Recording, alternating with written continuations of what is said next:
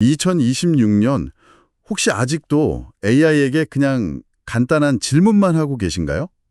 만약 그렇다면 AI가 가진 잠재력의 한 90%는 그냥 놓치고 계신 겁니다. 맞습니다. 오늘 바로 그 얘기를 좀 해보려고 하는데요. 보내주신 자료들을 보니까 이제 AI를 단순한 답변 기계가 아니라 정말 나를 위해 스스로 계획하고 일하는 진짜 에이전트, 그러니까 유능한 가상 직원으로 만드는 법, 그 상위 1%의 사용법을 깊게 파고들 수 있겠더라고요. 네, 그 자료들이 하나같이 똑같은 말을 하고 있었어요. 이제는 AI한테 질문하는 시대를 끝내고 AI가 일할 계획을 우리가 직접 설계해야 한다. 이른바 에이전틱 시프트로의 전환. 오늘 이 시간을 통해 AI 활용의 판도를 완전히 뒤바꿀 이 새로운 패러다임을 완전히 당신 것으로 만들어 드리겠습니다. 그럼 바로 본론으로 들어가 볼까요? 좋습니다. 사실 저부터도 그렇거든요. AI 챗봇을 딱 열면 가장 먼저 하는 게 그냥 질문을 던지는 거예요. 이번 분기 마케팅 전략 초안 좀 짜죠. 이런 식으로요. 다들 이렇게 쓰지 않나요? 이게 왜 그렇게 큰 문제라는 거죠? 바로 그 지점이 대부분의 사용자가 빠지는 첫 번째 함정입니다. 자료에서는 이걸 제로샷, 그러니까 제로샷 프롬프팅의 명백한 한계라고 지적하죠. 제로샷이요? 네, 쉽게 말해서 아무런 사전 정보나 맥락, 계획도 없이 그냥 길 가던 사람 붙잡고 다짜고짜 보고서 써줘 이렇게 외치는 거랑 똑같습니다. 와, 그렇게 비유하니까 확 와닿네요. 근데 우리는 보통 AI가 엄청나게 똑똑하고 방대한 데이터를 학습했다고 생각하잖아요. 그 정도는 알아서 잘 파악해 줄 거라고 기대하게 되고요. 바로 그 기대가 배신당하는 지점이죠. AI가 가끔 엉뚱한 계산을 하거나 아니면 우리가 쓴 단어의 그 미묘한 뉘앙스를 오해해서 완전히 다른 결과물을 내놓는 경우 있잖아요. 많죠. 정말 많죠. 대부분이 이런 제로샷 상황에서 발생합니다. 이건 AI가 멍청해서가 아니라 우리가 AI를 멍청하게 만들고 있는 겁니다. 인간의 즉흥적인 대화 방식이 오히려 AI를 멍청하게 만든다. 자료에 나온 이 문장이 정말 충격적이었어요. 우리는 사람하고 대화하는 방식이 가장 자연스러운데 AI한테는 그게 독이 된다는 거잖아요. 정확합니다. 여기서 정말 중요한 인식의 전환이 필요한데요. AI는 당신이랑 커피 마시면서 수다 떠는 동료가 아니에요. 명확한 업무 지시서를 기다리는 초고성능 직원입니다. 직원이군요. 그렇죠. 세상 어떤 유능한 직원이 알아서 잘해봐 이런 지시를 좋아하겠어요? 명확한 목표랑 업무 계획을 원하죠. 심지어 예전에 유행했던 차근차근 생각해봐 같은 지시어조차 이제는 너무 모호한 방식이 되어버렸습니다. 듣고 보니 제가 제 AI한테 너무 막대했다는 생각이 드네요. 명확한 계획도 없이 알아서 잘해봐 라고 던져줬으니 제대로 된 결과물이 나올 리가 없었겠어요. 그럼 그 계획이라는 걸 제대로 주려면 구체적으로 어떻게 시작해야 할까요? 자료에서 PN이라는 단어가 계속 나오던데 이게 그 열쇠인가요? 네, 바로 PNE, 즉 Plan and Execute가 AI 활용의 패러다임을 완전히 바꾸는 핵심 개념입니다. Plan and Execute? 네, 복잡한 과제를 받으면요, AI가 무작정 답을 내놓는 게 아니라 먼저 그 일을 해결하기 위한 여러 개의 하위 작업, 그러니까 서브 태스크로 쪼개서 계획, 플랜을 세우는 단계부터 시작하게 만드는 겁니다. 이게 마치 셰프가 손님한테 코스 요리를 내기 전에 에피타이저부터 메인, 디저트까지 각 단계의 레시피랑 조리 순서를 완벽하게 설계하는 것과 비슷한 건가요? 네, 시작은 비슷합니다. 근데 더 무서운 건요. 이 AI 셰프는 요리 중간에 맛을 보고 이건 너무 짜네. 계획을 바꿔서 다른 소스를 써야겠다. 이렇게 스스로 판단까지 한다는 점이죠. 잠깐만요. 스스로 검토하고 수정을 한다고요? 그게 정말 AI가 지능적인 판단을 한다는 건가요? 아니면 그냥 우리가 미리 정해준 체크리스트를 기계적으로 확인하는 수준인가요? 이게 진짜 지능적인 피드백인지 좀 의심이 드는데요? 아주 날카로운 질문입니다. 초기 모델들은 사실 체크리스트 확인에 가까웠죠. 하지만 지금의 P&E 패턴은 다릅니다.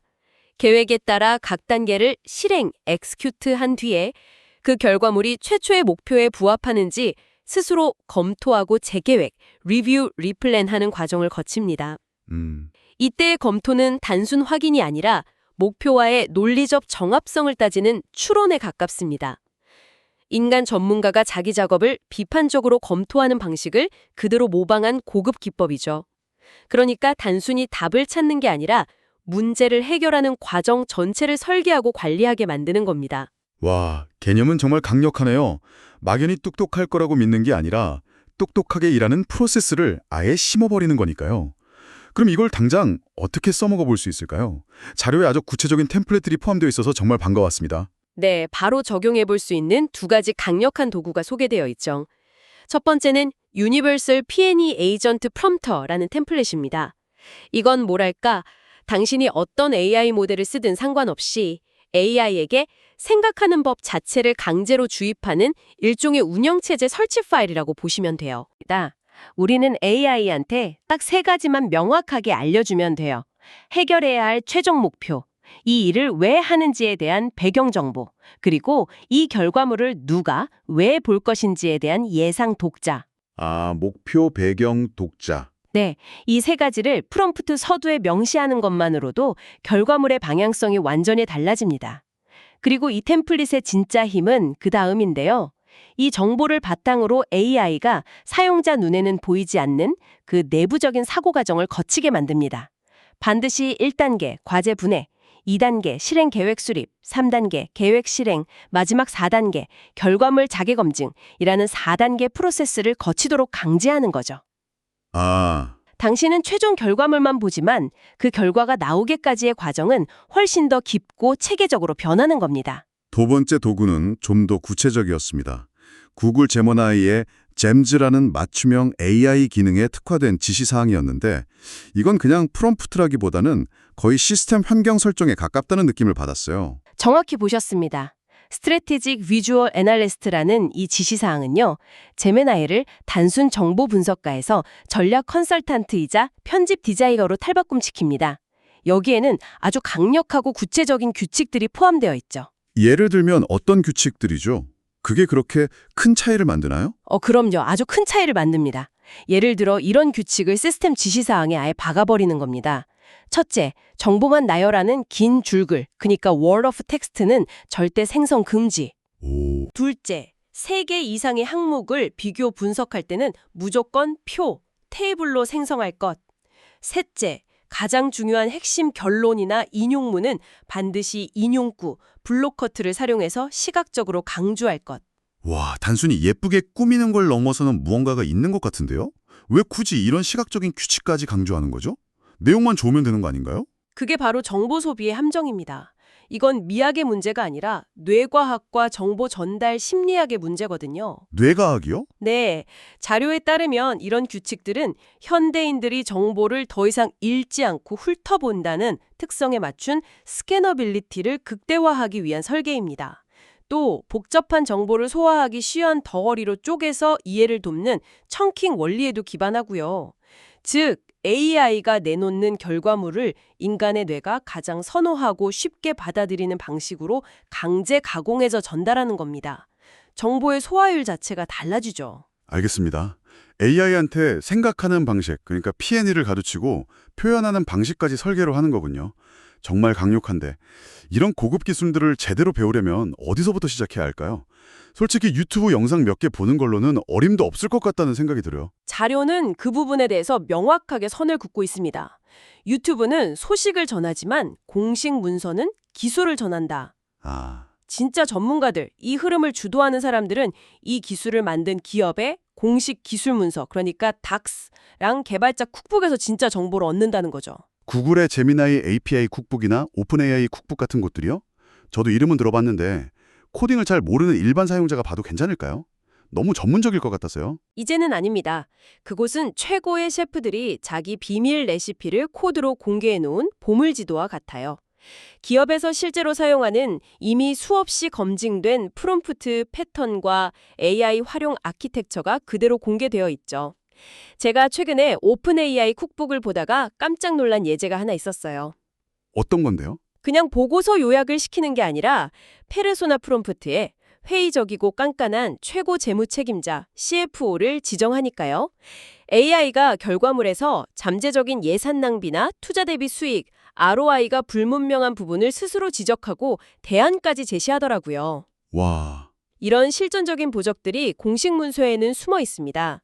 그건 정말 상상도 못한 활용법이네요. 남들이 요약본을 기다릴 때 원전을 직접 찾아가라는 말씀이시군요. 바로 그겁니다. 그리고 한 걸음 더 나아가서 랭체인이나 랭그래프 같은 에이전트 프레임워크 문서를 봐야 합니다.